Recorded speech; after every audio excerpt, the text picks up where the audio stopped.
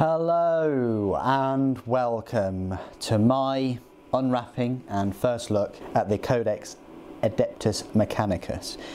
This is going to be just a first look. I will be doing a review of this codex along with a review of lots of the other codexes that Games Workshop brought out. I must admit I was a bit late in getting this codex. It did come out a good couple of months ago. It will cost you £25. This is what it looks like. It seems like it's got the image from the Skitarii or Skitarii, whatever, however you want to pronounce that. It's got that image on the front of it, and I said it before when they released both of the other codexes that they should have put them all in one book, but they released them in two, and but hey, now we've got a book that has both of them in. So this is for 8th edition. It'll have all the 8th edition rules and things in, and it means that I can go back to my models and give you all like a re-review of them with these new rules. So let's just unwrap this. So if you play Adeptus Mechanicus, this is the book to get. It also conveniently has a load of Imperial Knights in here if you want to have your Imperial Knights, your Adeptus Mechanicus force. So what I've done is I've just moved the camera in a better sort of position. Let's have a look at this book then. So get this lovely artwork inside, reminiscent from the previous books. Just look at the back. Inside you will find, there we go, army-wide rules for all of them, and then you've got pictures of, yeah, you've got Belisarius Call. I think he's been released separately now, so you can go and grab him. He is a fantastic model and a lovely unit. So as always, you've got a load of the lore. In the review, I will be going through the lore and all of the rules and comparing them to the previous sort of two codexes.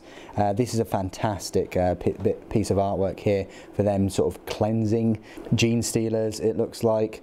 They've even sort of grabbed a head, maybe they're going to study it later on. They're mass artificial intelligence almost, or robots really. A combination of a bit of flesh and but mainly sort of robotics and advanced technology. That's what sort of Mechanicus really are. You've got a tech priest there. You've got Mars. There you go. That's a fantastic piece of imagery. You just don't know what's going on there. A nice map of Segmentum Solar, iconography, Mars, Lucius, Agrippina, Styges or Styges, Graia, Metallica, Riser, Triplex File, Demos, Voss Prime, Griffin 4, and the Ever Faithful. So you've got lots and lots of colours with these Castellan robots. Mechanicus Knights, there's a big section of Knights in here, and the Mechanicus houses, so Questor Mechanicus, Heraldry, House Raven, House Vulca, House Tyrannus, House Crast, and then you've got a quest for knowledge, so a nice timeline there since, you know, Millennium 15 to 25 it starts, and so on all the way up to you know, Millennium 37 to 40, and there we go, so up to sort of present day. Lovely bit of artwork again, Belisarius Call. So a bit like the Death Guard Codex, they go into depth in terms of the units themselves and the lore. Tech Priest Dominus, Engine Seers, Servitors, Castellan Robots, Cybernetica Data Smiths, Fulbright Electro Priests, and then Corpuscari Electro Priests, Cataphron Breachers, and then the Destroyers, Skitarii Rangers, Skitarii Vanguard, Sicarian Rustalkers, Infiltrators, Sidonian Dragoons, and Ironstrider Ballistari, Onaga Dune Crawlers, Knights Warden, Paladin, Errant, Gallant, and Crusader. So a lot of knights there. 1, 2, 3, 4, 5 knights that you get to read about separately. So if you're into Imperial Knights too, this is probably a great codex for you. Archmagos Dominus Belisarius Call. Some pictures of some of the units. You've got Tech Priest Engine Seer, that's sort of like the Imperial Guard one, but I've got that model, so I want to use it for this Mechanicum force. All the robots, that's an interesting colour scheme. That's very blinged up, pimp my robot there. I like that colour scheme with this sort of yellow instead of the red.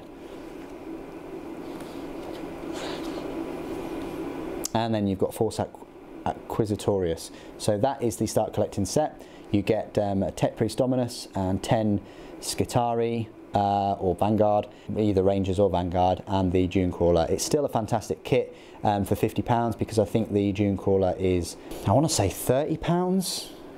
It might even be 40, but definitely worth your money, especially if you haven't got a Tech Priest. But it's worth you, but you're saving money even if you get it just for those two kits. You're still saving money.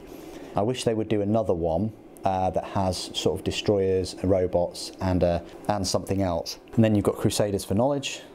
So you've got a nice force there, backed up with by a knight. Defenders of Forge Worlds. You've got different Forge Worlds that it goes into later on in the book. And then you go into all the 8th edition rules and all the data sheets. I've said it before, I'll say it again. As much as I love these hardback codexes for 8th edition, I would still rather have sort of that for Belisarius Call there with a picture of Belisarius Call. I don't know what it is, maybe it harks back to the older codexes, but I just love reading like the rules. I mean, the lore can be in a different part, that's fine with me. But I love reading about the rules and things and looking at the model and vice versa. I think they've gone for this look a bit like the Horus Heresy, where the Horus Heresy, they have all the lore and then they go into the data sheets and they just have the data sheets. Because someone starting out will read Belisarius Call and then they might not know what the model looks like. Yes, they can type that in and they can find out, but as a new starter, I'd much rather be reading about the rules and looking at a beautifully painted example of that unit.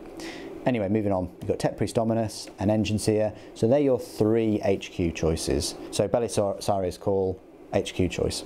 Power level 13 though, quite high. So your troop choices, you've got Skitarii Rangers, Vanguard, Breachers and Destroyers. So yes, that does mean that in Adeptus Mechanicus you can take Cataphon Destroyers as your troops. Elites, Servitors,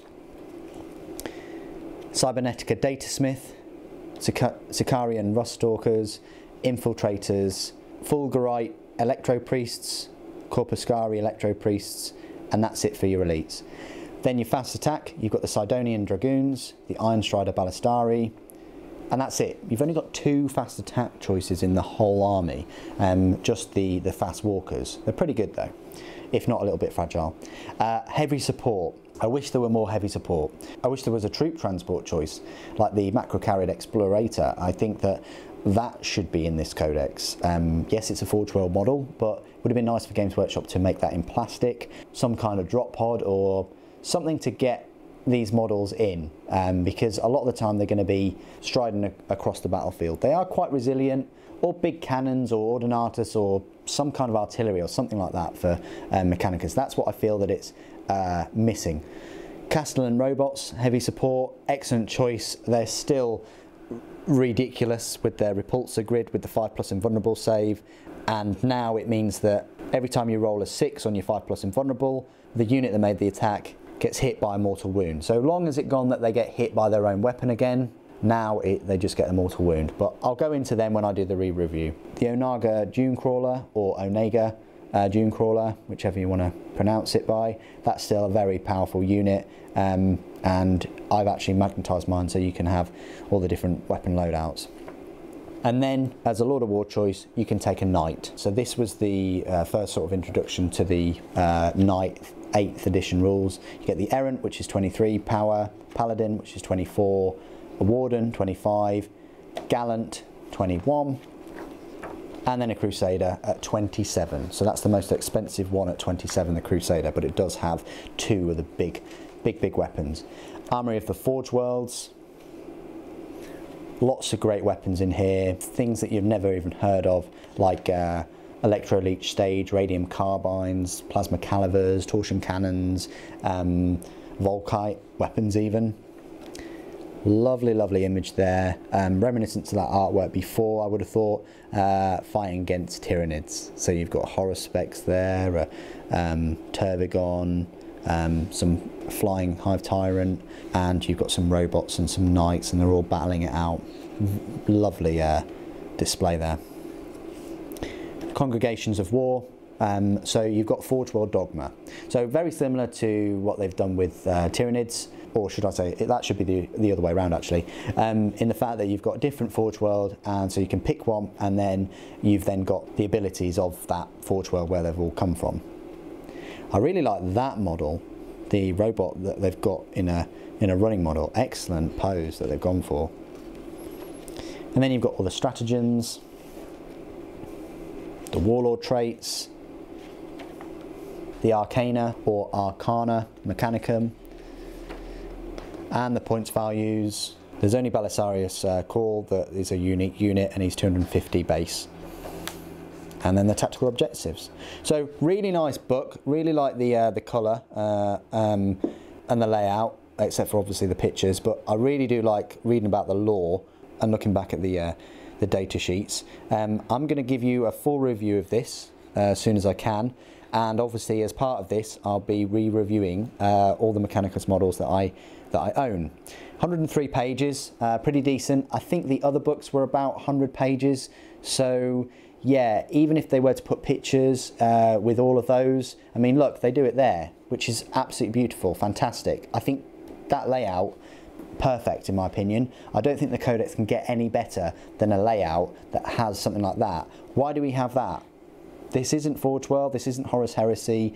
Models are available and they're painted beautifully. We should be having that lower and having a picture of the actual model itself. But that's just my opinion. Other people might disagree with me there, but if we had those, the book would probably only be about another 10 pages more if they did that, but there you go.